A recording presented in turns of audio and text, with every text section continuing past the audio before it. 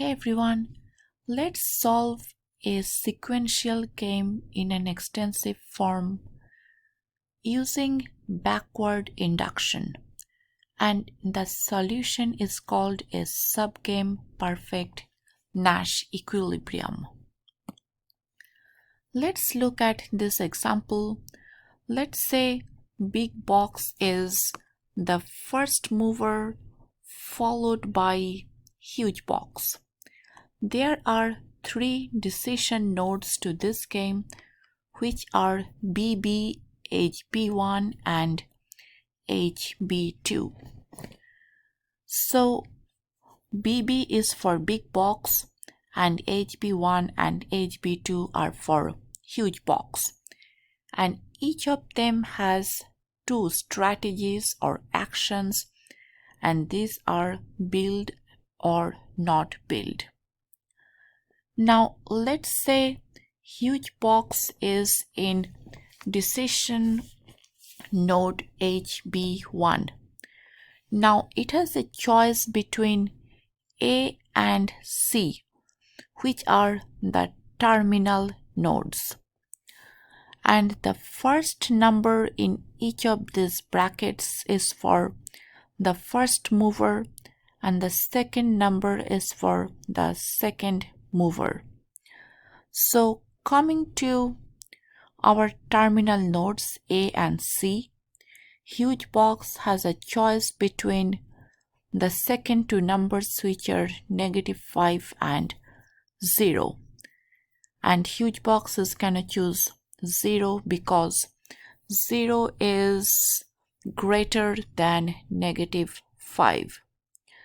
So the solution to subgame 1 is our terminal node, which is C.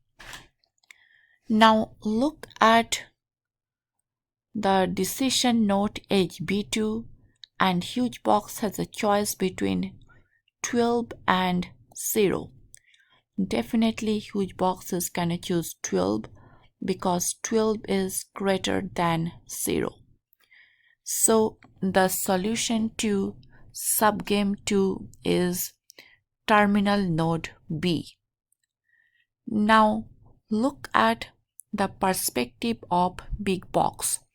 Big box has two choices, which are the terminal nodes that are C and B, and the first number is in each of these brackets is for big box. So if big box chooses the terminal node, chooses C, big box has a profit of $12 million. If big box chooses B, big box has a profit of $0 million. So big box is gonna choose C. And the solution to this game, which is also called the subgame perfect Nash equilibrium, is this will be build for big box and it's gonna be not build for huge box. So this is how we solve the game, this subgame perfect Nash equilibrium, by using the method of backward induction and starting from the terminal nodes of this game tree. I will look at another example in the next section.